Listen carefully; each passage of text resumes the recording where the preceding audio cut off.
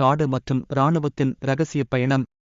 கடலோர மாவட்டத்தின் அருகே அமைந்திருந்த ஒரு அடர்ந்த காடு புளியங்காடு என்றழைக்கப்பட்டது. அந்தக் காடு 10 ஆண்டுகளாக பாசிப்போர் என்ற தீவிரவாதக் குழுவின் தஞ்சமாக மாறியது. பாசிப்போர் குழுவின் செயல்களை தடுக்க இராணுவத்தின் சிறப்பு படை ஒருங்கிணைந்த திட்டமிடலை உருவாக்கியது. அந்த குழுவின் தலைமை அதிகாரி மேஜர் அருண்.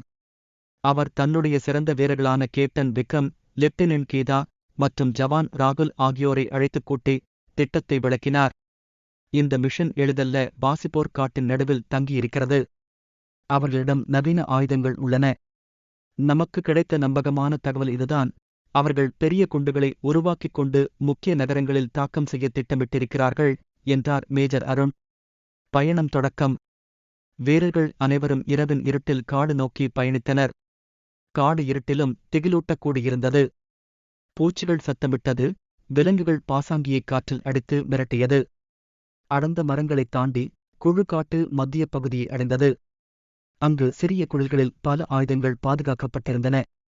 கேப்டன் விக்ரம் தனது டிரோனுடன் அந்த இடத்தை சரிபார்த்தார். முதல் தளத்தில் 4 தீவிரவாதிகள், 2வது தளத்தில் குண்டுகளை வடிவமைக்கும் குழு இருக்கிறது என்றார் அவர். ரகசிய தாக்குதல். குழு 3 திசைகளில் பிரிந்தது. மேஜர் அருண் மற்றும் கேப்டன் விக்ரம் முன்னணி தாக்குதலை முன்னெடுத்தனர். லெப்டினன்ட் கீதா, ஜவான் ராகுலுடன் ஆயுதக்கூடங்களை வெடிக்க வைத்தனர். இரவு முழுவதும் சத்தம் இல்லாமல் அங்கு நடத்திய தாக்குதலால் பாசிப்போர் குழுவின் பல உறுப்பினர்கள் கைதானார்கள். வெற்றி. கடைசி நிமிடத்தில் தப்பிக்க முயன்ற பாசிப்போர் தலைவரை லெப்டினன்ட் கீதா தன் குத்துச்சண்டை திறமையால் கைது செய்தார். காடு அமைதியாகி பொதுமக்கள் மறுபடியும் அச்சமின்றி வாழத் தொடங்கினர். இது மண்மீது வெற்றி பெற்ற வீரர்களின் கதை.